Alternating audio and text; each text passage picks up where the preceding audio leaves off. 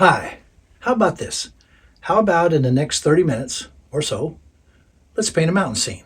Let's do that, okay? Now, I love painting mountains. And if you could see what's hanging all over my house, you would know that that is undeniably true.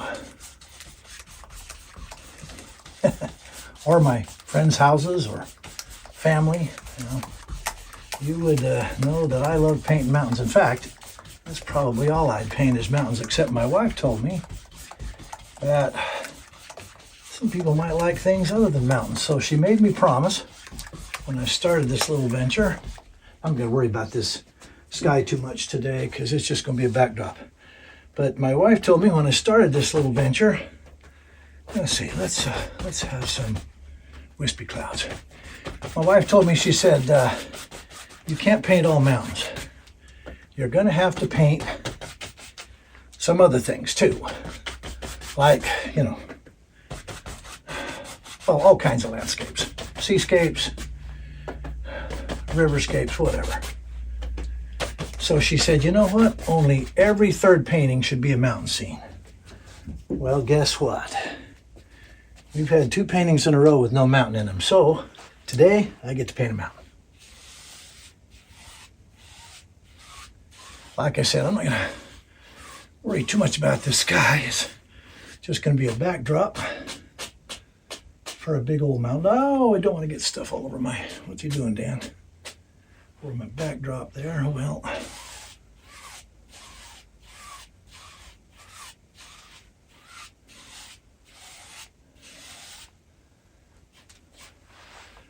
I think that looks good now. Let's see. I like that little bit of blue in there. Okay, I think it looks good enough. All right, let's have a pretty good sized mountain today, or maybe even a whole range of mountains. Who knows?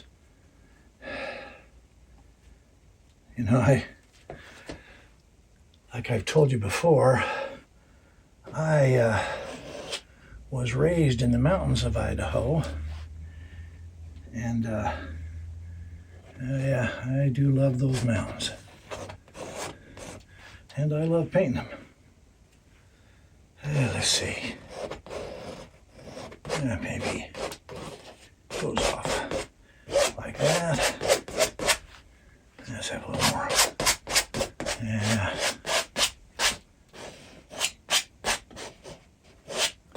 Okay. I want that a little sharper, I think.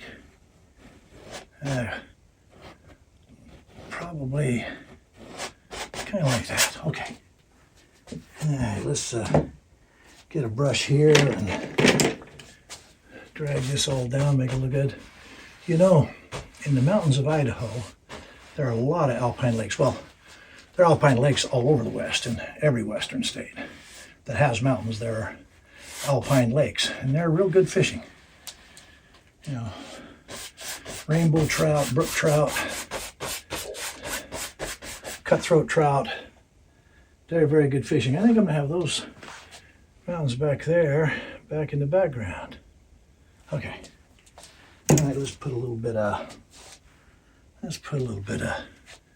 gray on these mountains to kind of look like there's rocks on the lower parts of them. But anyway, and my dad and my brothers, my uncles, and we went hiking up to fishing in those lakes all the time. And I loved it. Well, there was this one lake called Enos Lake up in the Payette National Forest. My uncles had been to it, but none of the rest of us had been to it. And my uncles regaled us with stories of these huge trout that lived up there. Should we have snow? Yeah, let's have snow. Maybe this is early autumn, late spring. Let's have a little bit of snow. Anyway, my uncles would regale us with tales of these huge trout that swam in Enos Lake. And oh boy, all of us wanted to go there sooner or later. Well, we had never gone into that lake. There's actually 2 or 3 of them there. That's why I said those. But we had never gone into those lakes. My dad, my brothers, and I. And I got it in my head when I was about 21 years old. I got it in my head that I'd like to beat everybody in there. Now, here's the thing. I wanted to beat my brothers in there, but I didn't want to go alone. Now, I have another brother. Both of my brothers with whom I share parents are older than me. But I have another brother with whom I do not share parents. He's basically an adopted brother. And he's younger than me. And he's about 6.5 years younger. I think he was about 14, 15 at the time. So I got it in my head, one 4th of July weekend, that I'd go into Enos Lake, be the first one of my family to get there, and I'd take my little brother Ruben with me, and my dog Taffy that I spoke about last time. So I talked to Ruben, and he's a very adventurous sort, always has been. Time he was very young, he's a very adventurous sort. And I talked to him, asked him if he wanted to do that, and he was game immediately. So we got all ready, got our packs fixed up, and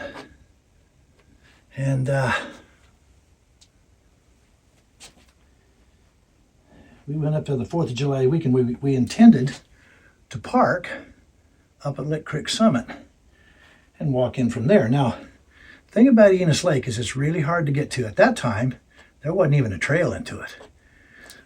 The way to go is you had to go park at Lick Creek Summit or down by Enos Lake, either go in by Duck Lake or Enos Lake, go over the mountain, go and climb down go down through the canyons, up over South Loon Mountain, and Enos Lake was on the other side of South Loon Mountain. So that's what we intended to do. Well,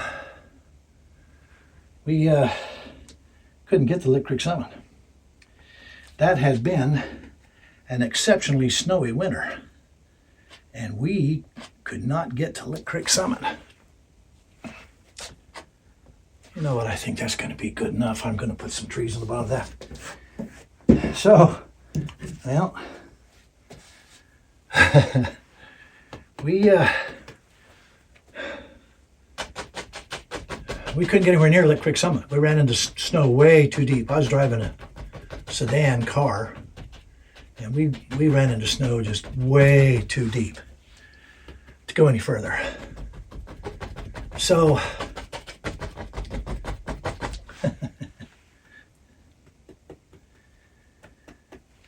I was not the kind to give up, and neither is Ruben. So just because we were about 2 or 3 miles short of getting up to Lick Creek Summit didn't mean we were going to give up.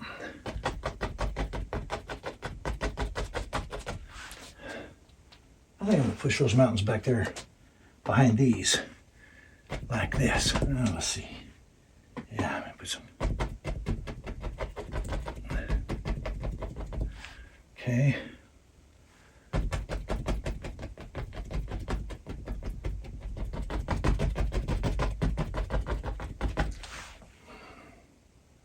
I'm going to have to outline that a little better, aren't I? Going to have to get some painting here. Anyway, we could not make it to Lick Creek Summit. That's going to be way too bright. That's going to be way too bright. I wanted to push those back, but I didn't want something that bright in the foreground. Oh boy. I guess it'll work. Okay. Well, we decided, like I said, neither one of us were really the kind to give up, so we decided we were going to go in anyway. We'd start from right where the car ran into the snowbank, parked off to the side of the road there, and got our packs. I had a map, had one in my backpack, but I'd put the map in my head how to get there. I knew that as long as we got to the high country and got a view of South Loon Mountain, we'd know where the lake was. So we got our backpacks out and we headed up the creek, and oh man, that snow was deep. Oh, that snow was so deep. We kept falling through. We could hear creeks running down below, and oh man, it was miserable to walk. Well, we finally got up high enough. We got up top of the mountain. It's just southeast of Box Lake. It was completely covered in snow. Had a crown of snow on it. Now I'm going to have some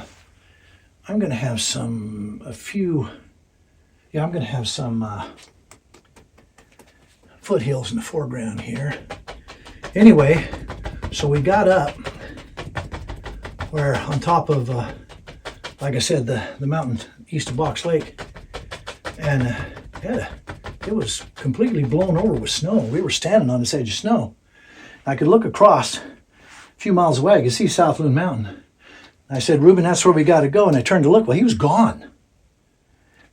I didn't know where he went. And then I realized my dog was looking down over there. Well, we'd been standing on snow that the wind had blown over. It had gotten soft because it was getting warm. It had broke through. I saw him come rolling into view way down there. Oh, man, my heart sank. I thought he was dead. I thought this, oh my, what am I going to tell his mama? Like I said, his mama, well, wouldn't matter whose mama, because it would have been bad either way. But, oh man, I headed down over there fast as I could go, trying to get down there, make sure he wasn't dead. I was hoping he wasn't dead. Well, he wasn't. He'd lost a lot of stuff out of his pack, a lot of his food that he had that we never found, which made us short on food. But okay, now you know what? I'm gonna have a little bit of water in here. Not much, but a little bit. Let's see.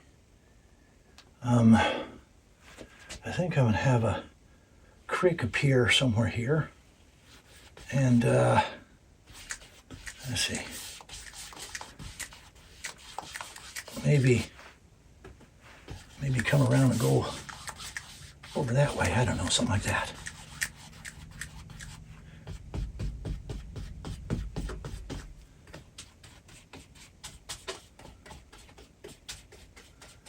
Maybe something like that, I guess. Now. Okay, then I'm gonna have a meadow here. Is it early spring, or late spring or early fall? I think it's going to be early fall, so I think a lot of the vegetation in this meadow is going to be kind of brown colored. In fact, what I'm going to do, where's my brown umber, or burnt umber? I'm going to put some brown in here to kind of, I don't want it real thick though. Don't want it real thick, but I do want kind of a base here. Not much, just to kind of color it in. Okay, yeah, I want that meadow to be like that. So anyway, we headed up. Now I went down after he rolled into view down. I could see where he was. I headed down there and feather this edge a little bit where these, well, actually, I think I'm gonna have some trees back there. So I climbed down around, and he was sitting on a rock. Well, like I said, we'd lost a lot of the food. We couldn't find it. It was up steep slope, rocks. I don't know how he survived without getting a serious injury, but somehow he didn't. Well, that still wasn't enough to deter us. I asked him, I said, you willing to go on? He said, yeah. So we headed on. And we headed on in to find the lake. And I said, I better put a little black in that to really darken that down. We're not going to be able to see these trees. Yeah, I'm going to have them come up above here. Yeah, then we can see them. That still didn't deter us. So on we went. On we went into Enos Lake. Well, got on the side of South Loon Mountain, and evening caught us. And we didn't have much food. My grandfather had told me how to make pine needle tea when I was a boy. And so I said, I want some trees way back there though. Yeah, I want some trees way back here. want them all in the foreground. Want some, back there ways. Well, so I decided that to save our food, I'd get a fire going. We got some broken limbs off some of the bottoms of the trees, and I put some pine needles in some water, began to boil it up, and proceeded to try to make pine needle tea. Well, you're supposed to boil it twice. I didn't. I know. We opened a can of sardines. I ate a can of sardines. I can't remember what Ruben ate. He didn't eat sardines. He didn't like them. At that time, I liked sardines and mustard, so I got that out. Well, wasn't much room to sleep under this tree because it was surrounded by a huge snowdrift. So, well, anyway, I gotta get videos just on this meadow. Let's I want this meadow I think it's gonna be fall, so I want this meadow, the grasses or whatever, to be kind of burnished. Well, anyway, between drinking the pine needle tea, we both threw up. Now, he had the sense to throw up in the snowbank. I threw up where we were supposed to sleep.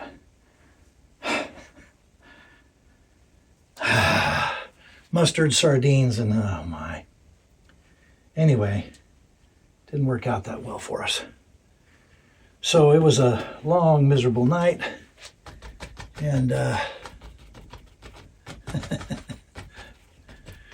we went on the next day, though. The next day, we made it all the way to Enos Lake. Now I'm going to have to put some brown way back there. Make that look a long way back there. Maybe go back behind those trees. Make it look like that goes back in there ways. Well, we made it to Enos Lake. Tried to fish off of a big old rock. Caught one fish. And I decided I'd cook it. Hide, hair, guts, and all, because we were out of food. Had a little bit of some chicken soup that I brought. So I put all this in a pot, boiled it down, and Ruben said, the soup's looking at me. Well, the fish's eyeballs had come loose, and they were in there. It wasn't very appetizing, but it got us through, and we spent that night there and fished a little more, didn't have much more luck, and then we decided we better get on out of there. So I gotta do something about this water now. I know one thing I can do. I can make it look like, where's this brush? I can make it look like that stream goes back on up in there, winds around maybe.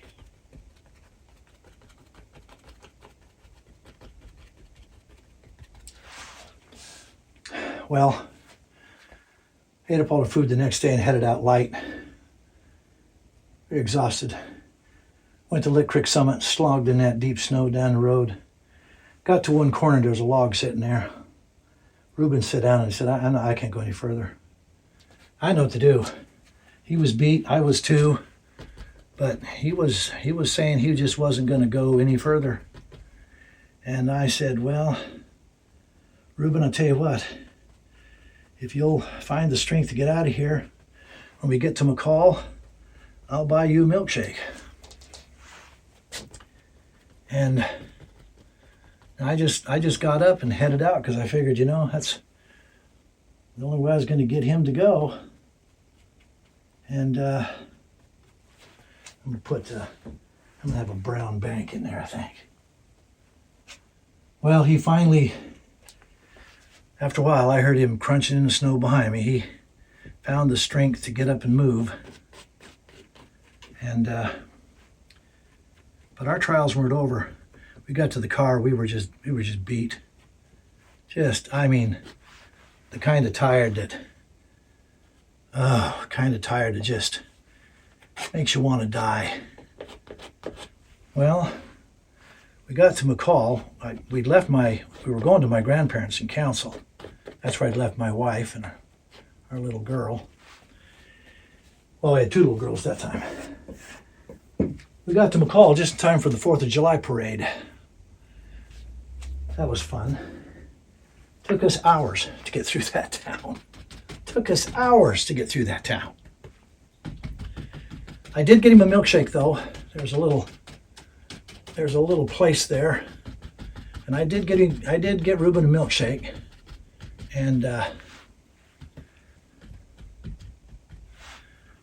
maybe we could have some brushy things too around, can't we? Maybe over here, maybe some of this color in there even. Well, I bought him a milkshake. We finally go back to my grandparents' house. My grandfather took one look at Ruben. He made me go outside and he said, "You could have killed that boy. What are you thinking? You guys should have," when I told him what happened about the heavy snow, he said, "You guys should have come right on back." I know, I didn't. But I'm going to tell you now, Ruben, yeah, maybe I almost killed him, but I'll tell you something. That's probably his favorite story to tell, and he tells it all the time. He's proud of what we did. It was dumb, it was stupid, but anyway. Okay, I'm going to have, let's see, let me have this one, I guess. And let's have some ripples in this water here.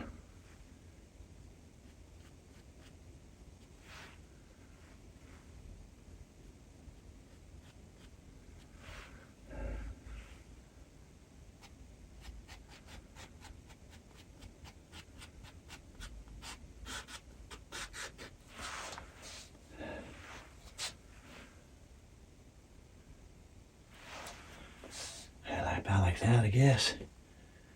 Okay, and then let's make us a bank.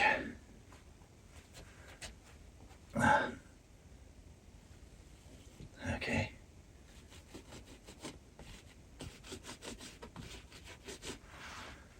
Yeah, make that look like there's lots of ripples in there. Okay. Yeah. So my food. By the way, we were the first to make it to Enos Lake, and I was first to catch fish out of it. Nearly killed my little brother doing it. But like I said, he is so proud of that. That's one of his favorite stories to tell. And he tells it to almost anybody that'll listen to him. He's proud of what he did.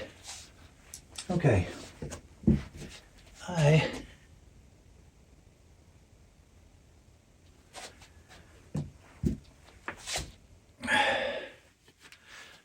Oh, here, stop, Dan. What are you doing here? Yeah, maybe there's ripples and stuff in there. Okay, how about in the field over here? How about we have, let's see, how about we have an old tree that has fallen down? I'm going to have to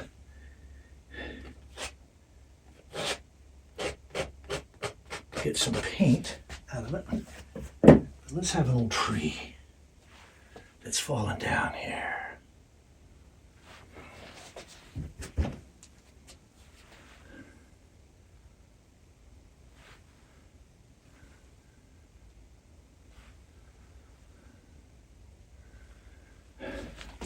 Have the roots go up there like that.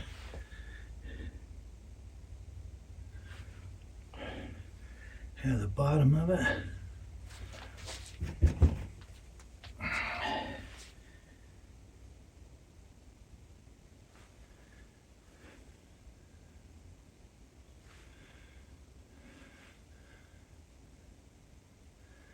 You can just barely see it there above the grass. I want it to be whiter on the top there, though. I really do.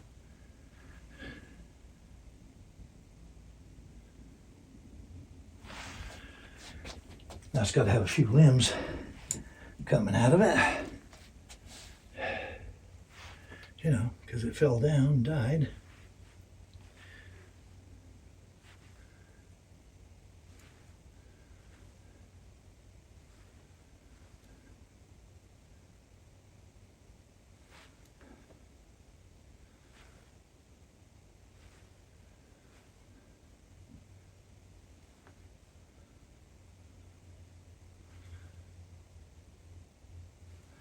come on. Getting old and shaky here, folks.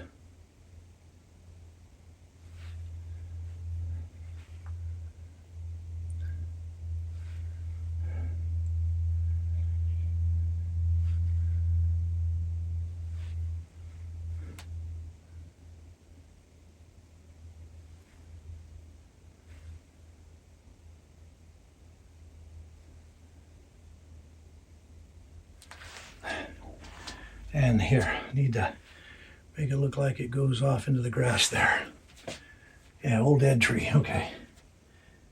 Now, that limb there, gotta have a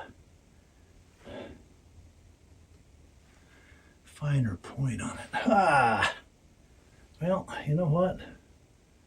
That's gonna have to be. I need some color in this. Is there anything that blooms in the fall? I don't know if there is, but if there is,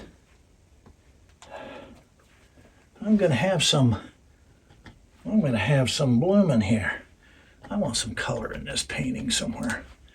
Maybe there's some late summer flowers that grow here. Yeah, put some white on them. Make them show up a bit. Maybe there's some over here too.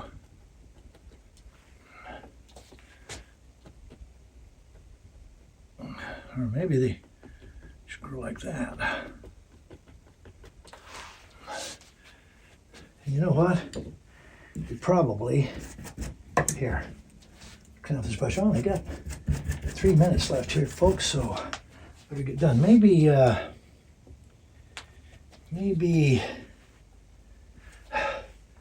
there's some reeds that grow here, a little taller, off this side. And maybe there's some right here. Some kind of little grasses or something that grows here and there. Just add a little more touch of color. Maybe off in here. Now we got to put some dark at the bottom to kind of separate them out a little bit.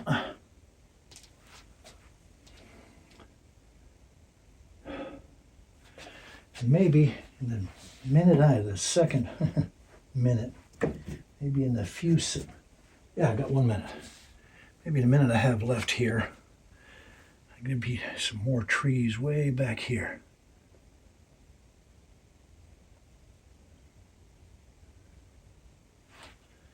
Just way off in the background there.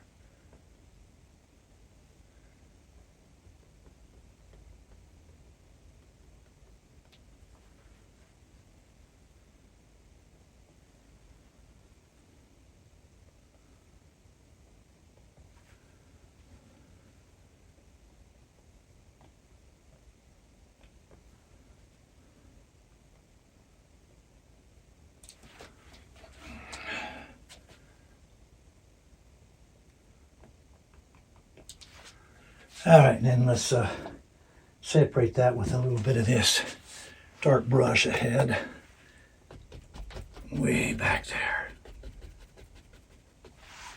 So it kind of makes things look like they go back behind these trees a little bit.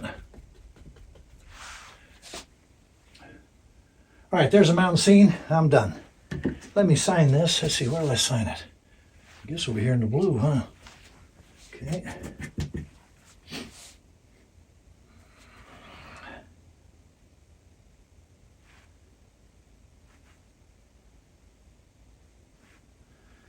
Well, like I told you, I'm getting old and shaky. Come on, do a T, Dan. Oh, and this is number 18.